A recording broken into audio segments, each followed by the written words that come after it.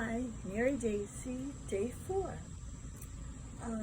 Anyone who's been following this should be aware that I had mentioned the very first day that I was getting a diagnosis from my neurologist.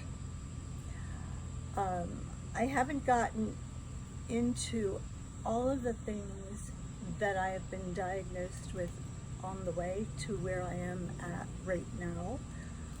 So I'm going to go out of the storyline to share what this has led to. And one of the things that I'm trying to explain to people, when it takes you years to get a diagnosis like fibromyalgia, chronic fatigue, when you finally get that diagnosis, you're almost relieved because you're not crazy. Now you have an answer. Now you can concentrate on whatever's going to make you feel better. Unfortunately,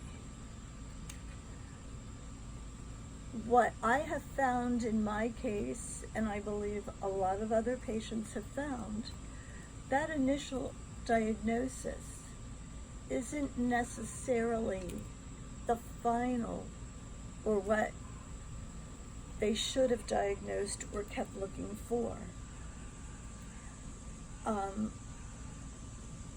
After fibromyalgia, after chronic fatigue, after PTSD, I was diagnosed with Sjogren's and lupus.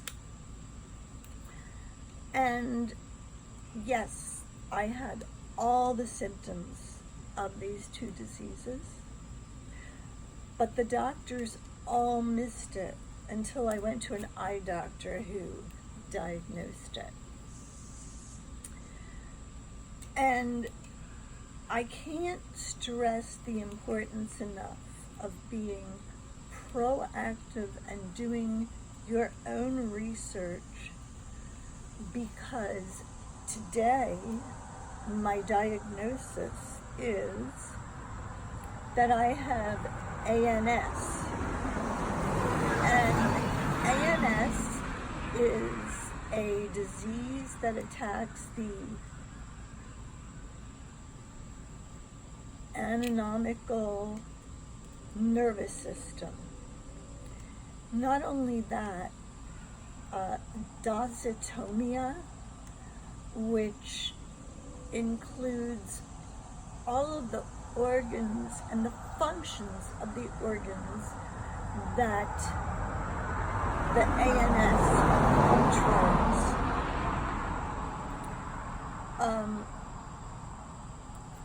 My neurologist does not know how to treat any of this.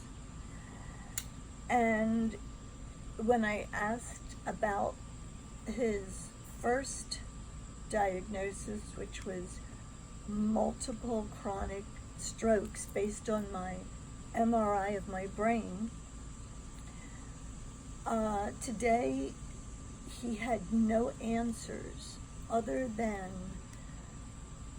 it was far beyond his capability to have any more to offer in the way of treatment.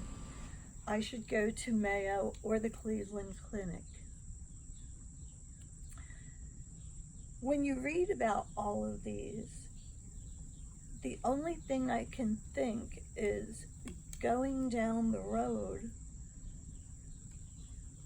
there are so many other things that eventually I will probably be diagnosed with. And I have requested that I be put on palliative care. Some doctors have actually applauded my choice, and others find it inconceivable. So I have put this out on the Smart Patient blog and forum, asking people who have been to the Cleveland Clinic or Mayo Clinic, what has their experience been? What meds were they put on? Did they find it worth the effort?